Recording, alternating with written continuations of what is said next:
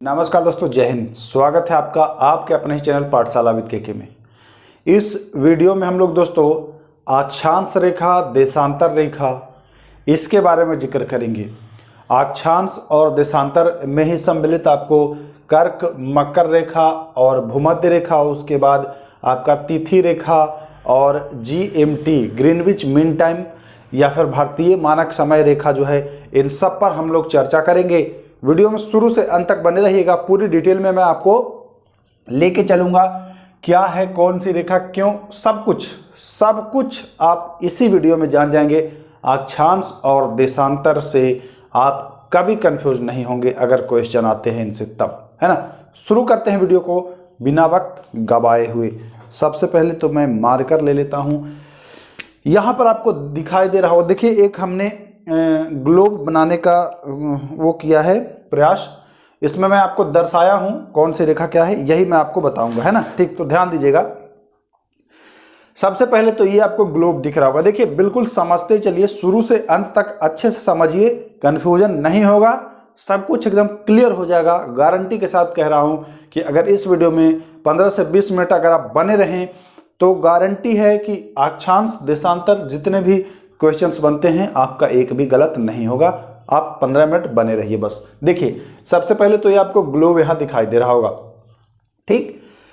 Globe के बीचे बीच ये जो नीली रेखा है, इसे ही विषुवत रेखा कहते हैं। क्या कहते हैं? विषुवत रेखा कहते हैं, या भूमध्य रेखा कहते हैं, ठीक ना, या 0 डिग्री अक्षांश रेखा कहते हैं।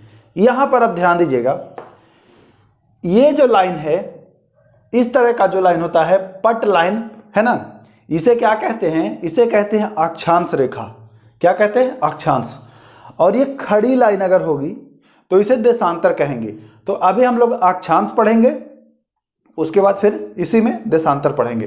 तो यहाँ अक्षांश की बात की जाए तो पृथ्वी को, यानी ग्लोब को, है ना, ग्लोब को 2 बराबर भागों में बांटने वाली रेखा, बिल्कुल ध्यान से समझिएगा, 2 बराबर भागों में बांटने वाली जो अक्षांश रेखा है, उसे ही विषुवत रेखा या भूमध्य रेखा कहेंगे। क्या कहेंगे?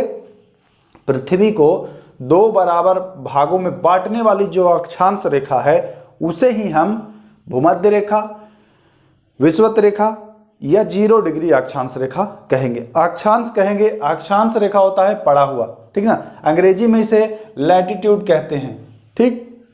ध्यान दीजिएगा। अब देखिए यहां तो आपने देख लिया 0 डिग्री, 0 डिग्री के अगर उत्तर जाएंगे तो जो रेखा है अक्षांश वाली, वह कहलाएगी उत्तरी अक्षांश, ठीक। और अगर 0 डिग्री के नीचे यानी दक्षिण में आएंगे तो वह कहलाएगी दक्षिणी अक्षांश।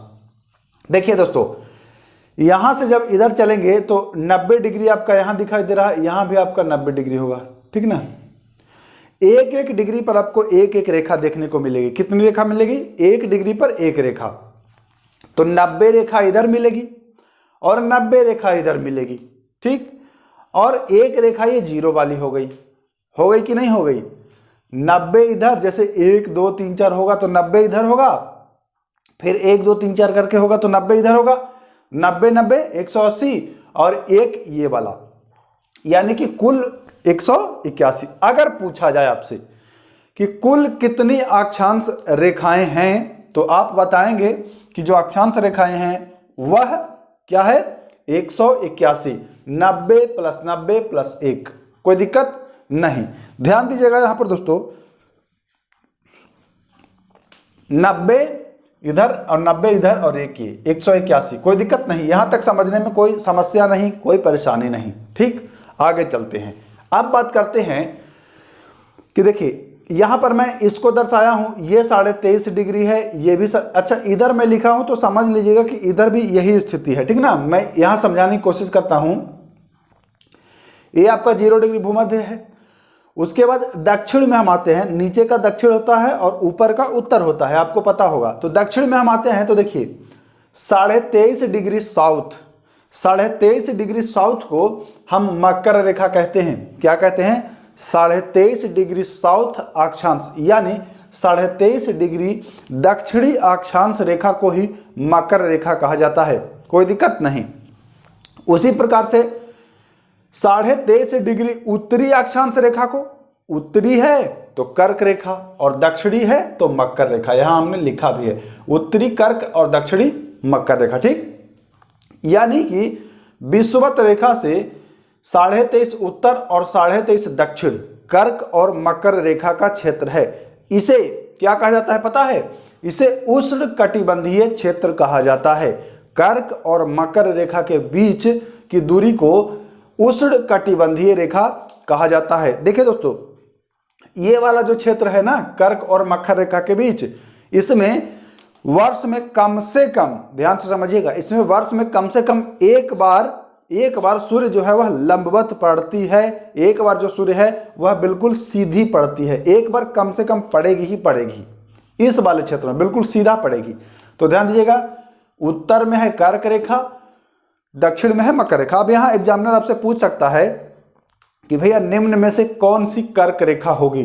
23.5 डिग्री उत्तरी, 23.5 डिग्री दक्षिणी, 23.5 डिग्री पूर्वी और 23.5 डिग्री पश्चिमी, है ना? तो आप बताएंगे कि 23.5 डिग्री उत्तरी जो है वह कर्क रेखा है और दक्षिणी जो है वह मकर रेखा है। कोई दिक्कत नहीं। देखिए, कर्क और मकर हमने समझ लिया। अब समझिए, अब हम लोग आते हैं 66.5 डिग्री। 66.5 डिग्री वाली जो रेखा है उत्तरी और दक्षिणी, तो उत्तरी को आर्कटिक वृत्त कहते हैं। जो 66.5 डिग्री उत्तरी रेखा है उसे आर्कटिक वृत्त कहते हैं, और जो 66.5 डिग्री दक्षिणी है उसे अंटार्कटिक वृत्त कहते हैं। क्या कहते हैं? अंटार्कटिका वृत्त या अंटार्कटिक वृत्त। कोई दिक्कत नहीं, ध्यान से समझिएगा। 66.5 उत्तरी अगर रहे तो आर्कटिक वृत्त, दक्षिणी रहे तो अंटार्कटिका वृत्त। ओके, देखिए वहीं अगर 90 डिग्री पर बात की जाए तो 90 डिग्री को कहते हैं, दक्षिणी को साउथ पोल यानी दक्षिणी ध्रुव, और उत्तरी रहे तो नॉर्थ पोल यानी उत्तरी ध्रुव। हाँ, नॉर्थ पोल यानी उत्तरी ध्रुव, कोई दिक्कत नहीं। अब हम लोग देखिए, यहां पर आपको 2 लाइन दिखाई दे रहा होगा, है ना? ये डॉट डॉट डॉट डॉट वाला।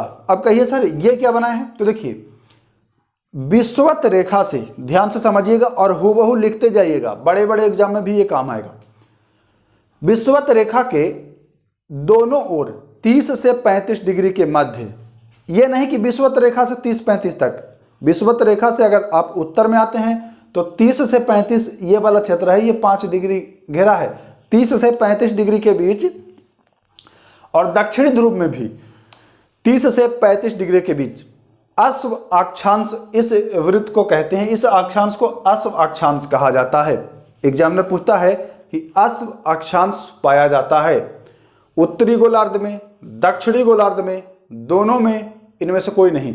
तो आप बताएंगे उत्तरी गोलार्ध में भी पाया जाता है और दक्षिणी गोलार्ध में भी पाया जाता है। ठीक ना? अश्व अक्षांश क्यों कहते हैं इसके बारे में हम अलग से चर्चा करेंगे।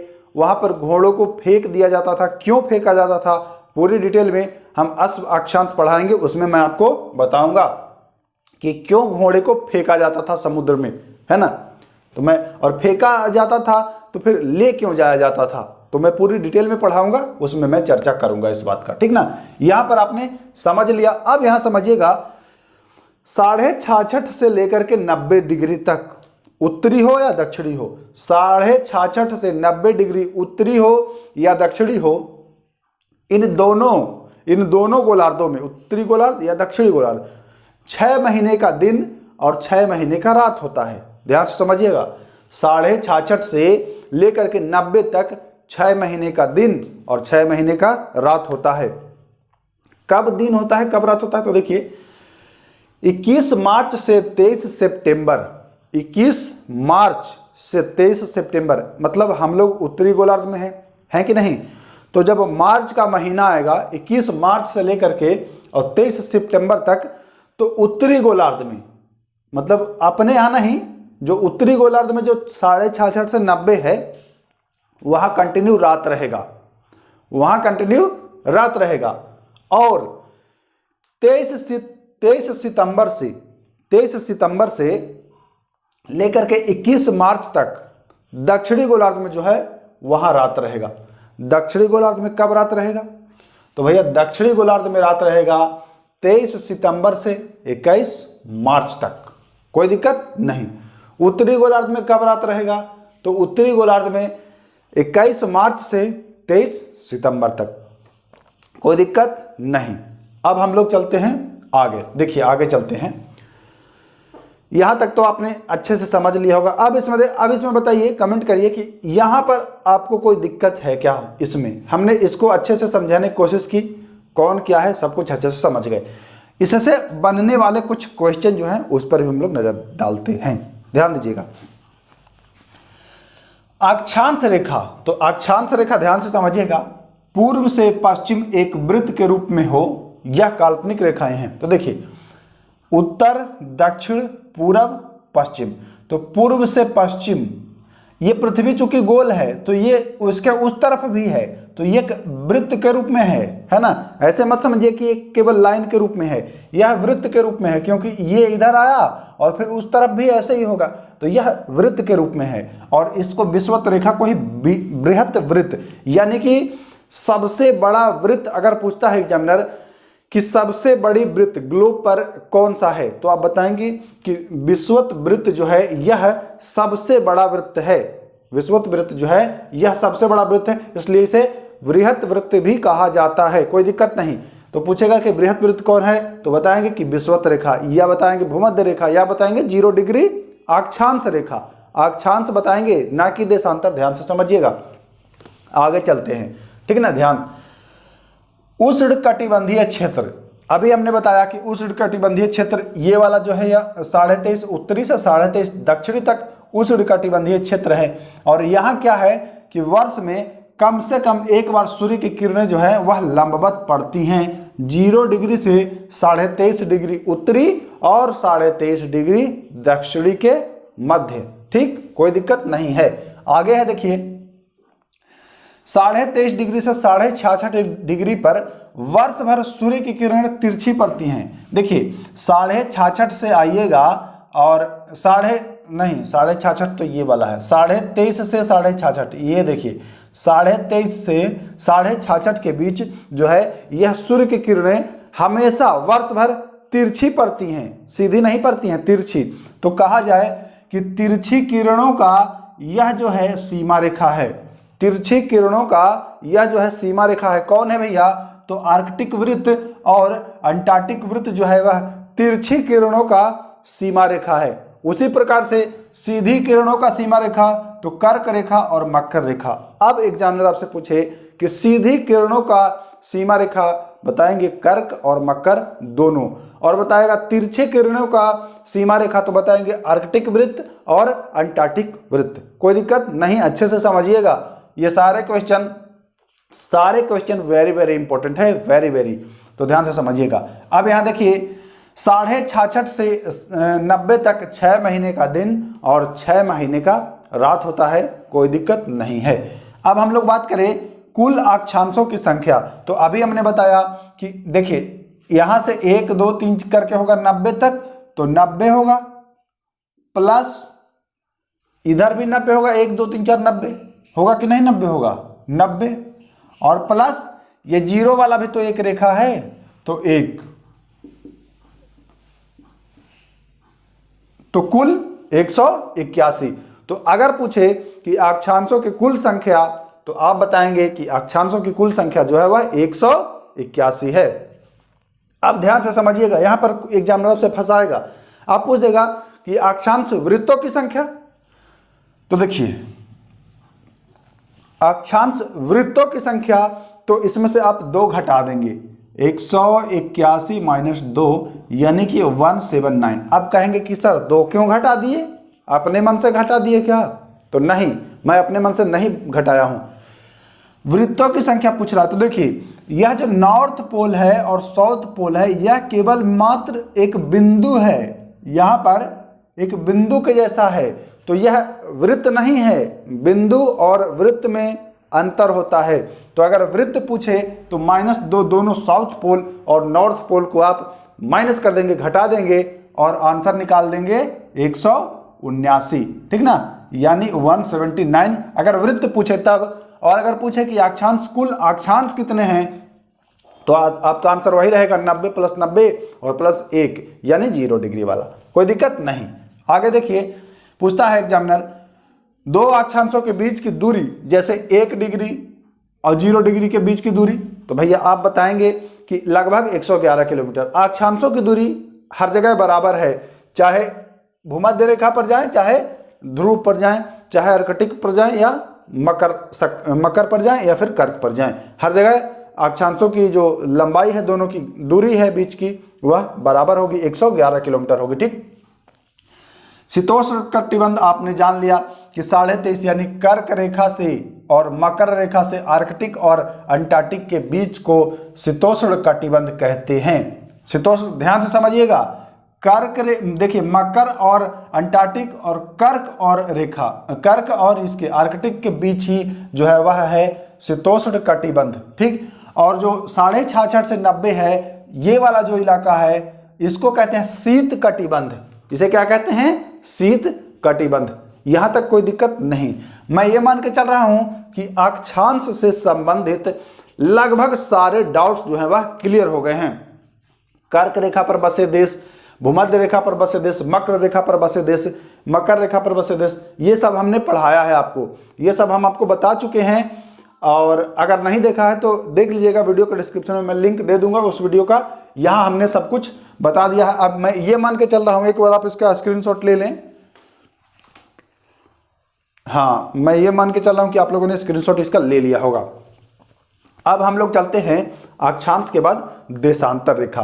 देशांतर रेखा बहुत ही अच्छे से समझेंगे, कहीं कोई दिक्कत नहीं होगी। जैसे आपने अक्षांश को समझा वैसे देशांतर। देखिए अक्षांश में मैं बिल्कुल ठेठ भाषा में बता रहा हूं कि अक्षांश जो है वह लेटी हुई लाइन है, इस वजह से लेटीट्यूड कहते हैं। यहाँ अंग्रेजी में बहुत लोग कंफ्यूज हो जाते हैं कि लेटी है कि लॉन्गी है। तो देखिए लेटी हुई लाइन, आप जब लेटते हैं तो ऐसे सो जाते हैं, है ना, तो लेटी से लेटीट्यूड आप याद कर लेंगे, यानी कि अक्षांश रेखा। ठीक, और देशांतर को कहते हैं लॉन्गिट्यूड। लॉन्ग मतलब लंबा, तो ये जो लंबी रेखा जो है यह लॉन्गिट्यूड यानी देशांतर है। कोई दिक्कत नहीं। खड़ी लाइन जो है यह लॉन्गिट्यूड और पड़ी लाइन जो है यह लैटिट्यूड। देखिए अब देशांतर रेखा किसे कहते हैं, ध्यान से समझिएगा, यही मैं आपको बताऊंगा। उत्तरी ध्रुव और दक्षिणी ध्रुव को मिलाने वाली रेखा देशांतर रेखा। काल्पनिक है, हालांकि ये सारी रेखाएं ग्लोब पर काल्पनिक हैं। तो वह काल्पनिक रेखा जो उत्तरी ध्रुव और दक्षिणी ध्रुव को मिला रही है देशांतर रेखा कहलाएगी। चाहे इसमें कोई भी ले लीजिए, सारी रेखाएं जो है ये उत्तरी ध्रुव और दक्षिणी ध्रुव को मिला रही है। तो उत्तरी ध्रुव और दक्षिणी ध्रुव को मिलाने वाली काल्पनिक रेखा को देशांतर रेखा कहते हैं। यहां क्वेश्चन बनता है कि भैया कुल कितनी देशांतर रेखाएं हैं, तो आप ये चीज बताइए। ये गोल मैदान है, इसमें ये गोल मैदान ये कितने डिग्री का होगा? 360 डिग्री का होगा कि नहीं होगा? और 1 डिग्री पर एक रेखा है, तो कुल देशांतर की संख्या 360। यहां कोई दिक्कत नहीं, यहां घटाना बढ़ाना नहीं है, यहां घटाना बढ़ाना नहीं है। क्योंकि देखिए अब ये कहिए कि यहां भी तो 0 से स्टार्ट है, तो यहां भी 0 वाला जोड़िएगा, तो यहां 0 वाला नहीं जुड़ेगा, क्योंकि इधर से जाएंगे तो 180 तक है। ठीक है कि नहीं? 180 तक है, और फिर इधर से जाएंगे तो 179 तक है। 180 वाली जो लाइन है वह एक ही लाइन है, 2 बार 180 नहीं होगा, 2 बार 180 नहीं होगा। तो 180 इधर से और 179 इधर से और एक 0 ये वाला, तो 360 कुल होता है देशांतर, कुल 360। अब देशांतर में जो महत्वपूर्ण है उसको हम लोग समझेंगे, ध्यान से समझिएगा। देशांतर रेखाएं लॉन्गिट्यूड कहते हैं। ध्यान दीजिए, देशांतर के बारे में कुछ इंपॉर्टेंट जानकारी दे दें।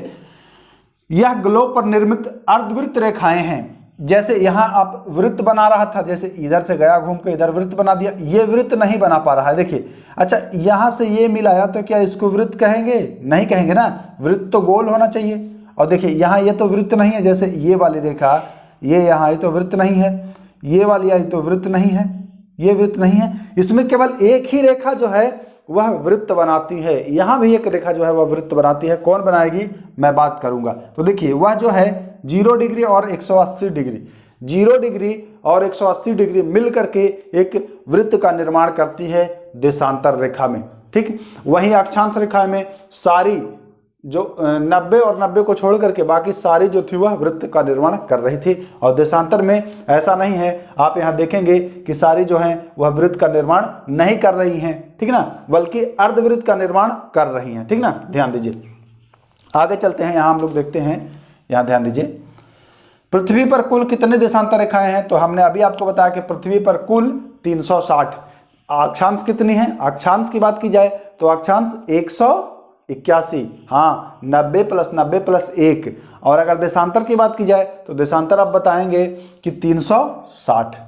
तो यहाँ ध्यान दीजिए 360। यहाँ ये वाला कौन सा देशांतर ग्लोब पर वृत्त का निर्माण करती है? तो देखिए 180 डिग्री और 0 डिग्री को मिलाएंगे तो एक वृत्त का निर्माण होता है। 180 डिग्री ये वाला 0 है और इसके ठीक उसी साइड, ठीक इसके एकदम विपरीत 180 है। तो दोनों को अगर मिलाते हैं, ये यहाँ से जा करके और फिर उधर हो जाता है, तो ये वृत्त का निर्माण कर देता है, ठीक ना। तो ध्यान रखेंगे इस बात का। तो 0 और 180 दोनों मिलके एक वृत्त का निर्माण करता है। अब यहाँ देखिए, दो देशांतर के बीच की दूरी, तो देखिए अक्षांश में दूरी हर जगह बराबर देखने को मिल रहा था, लेकिन देशांतर में जो दूरी है यह विषुवत पर 111.3 किलोमीटर, अगर 45 डिग्री पर जाएंगे तो 79 किलोमीटर। अब यहाँ ध्यान से समझिएगा, यहाँ विषुवत है तो विषुवत पर देखिए इन दोनों के बीच की दूरी इतनी है कि नहीं। और अगर आप 45 पर आते हैं तो दूरी इतनी है, और अगर जाते हैं 80 पर तो दूरी इतनी। मतलब जैसे जैसे ध्रुवों की ओर जाएंगे तो अक्षांश और देशांतर की दूरी जो है वह कमती जाएगी, दूरी कमती जाती है। लेकिन यहाँ दूरी कम नहीं रही है, चाहे वृत्त पर, चाहे विषुवत पर चले जाइए, ठीक ना, या फिर आप कहीं भी चले जाइए, इन दोनों के बीच की दूरी जो है वह एक समान होती है। यह आप ध्यान देंगे। आगे देखिए इसमें क्या है, 1 डिग्री में कितने मिनट का अंतर होता है? तो 1 डिग्री में 4 मिनट का अंतर होता है। क्यों होता है अंतर? ध्यान से समझिएगा, क्योंकि जब एक वृत्त है तो यह 360 डिग्री का होगा यहाँ तक कोई दिक्कत नहीं। अब 360 डिग्री में आपका 24 घंटा होता है, तो इसको आप अगर भाग देते हैं तो 15 आ जाएगा, 15 डिग्री प्रति घंटा, 15 डिग्री प्रति घंटा, मतलब 1 घंटा में 60 मिनट। ध्यान से समझिएगा, 60 मिनट बराबर 15 डिग्री, ठीक।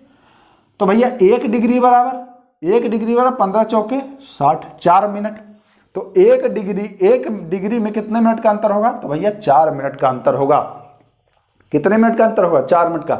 इसीलिए भारत में आंध्र प्रदेश और गुजरात लगभग 30 डिग्री का फर्क है। इसीलिए भारत और गुजरात, मतलब अरुणाचल प्रदेश, सॉरी आंध्र प्रदेश नहीं, अरुणाचल प्रदेश, पूर्वी भाग जो अरुणाचल प्रदेश है, आंध्र प्रदेश नहीं है, अरुणाचल प्रदेश और गुजरात में लगभग 30 डिग्री का गैप है। तो 30 डिग्री यानी कि 30 चौके 120, यानी लगभग 2 घंटे का फर्क है। अरुणाचल प्रदेश में आपका सूर्योदय पहले हो जाता है, जबकि गुजरात में सूर्योदय जो है वह बाद में होता है। तो ये चीज़ भी ध्यान रखिएगा। अब बात करते हैं भारत का मानक समय, लेकिन उससे पहले हम लोग ग्रीनविच मीन टाइम यानी GMT के बारे में जानते हैं, बहुत ही जरूरी है। देखिए यह जो 0 डिग्री है, तो 22 अक्टूबर 1884 को एक सम्मेलन हुआ था वाशिंगटन में। कहाँ में? वाशिंगटन में। वहाँ एक निर्णय लिया गया कि लंदन के पूर्वी साइड में एक शहर है ग्रीनविच। क्या है? ग्रीनविच है। यहाँ से जो रेखा गुजरी है 0 डिग्री, इसे ही GMT यानी ग्रीनविच माना जाए, और यही पूरे विश्व का मानक समय रेखा भी कहलाया। कौन सा? 0 डिग्री मध्याह्न रेखा को ही विश्व का मानक समय रेखा या विश्व समय या जुल्लू समय इसे ही कहा गया है। 22 अक्टूबर 1884, 1984 नहीं है, 1884 को सम्मेलन हुआ था। उसी में 0 डिग्री जो है, यह ग्रीनविच जो रेखा गुजरी है उसी को 0 डिग्री माना गया है, ठीक। यही विश्व का मानक समय होता है। अब इससे इधर आते हैं, ईस्ट में आते हैं, यानी पूरब आते हैं। तो पूरब आते हैं तो समय जो, जैसे यहाँ 12 बज रहा है, ठीक, ग्रीनविच पर 12 बज रहा है, और हम लोग आ गए 82.5 डिग्री पूरब, भारत में आ गए, इलाहाबाद के पास मिर्जापुर आ गए ना। तो पूरब में आएंगे तो समय जो है वह बढ़ जाएगा, यानी कि अगर लंदन में 12 बज रहा है तो भारत में, इलाहाबाद में उस समय 5:30 बजेगा। कितना बजेगा? 5:30, क्योंकि 82.5 डिग्री का फर्क है और 82.5 डिग्री को आप अगर बदलेंगे, मिनट में बदलेंगे, 1 डिग्री बराबर 4 मिनट। मैं बदल कर दिखा देता हूं आपको।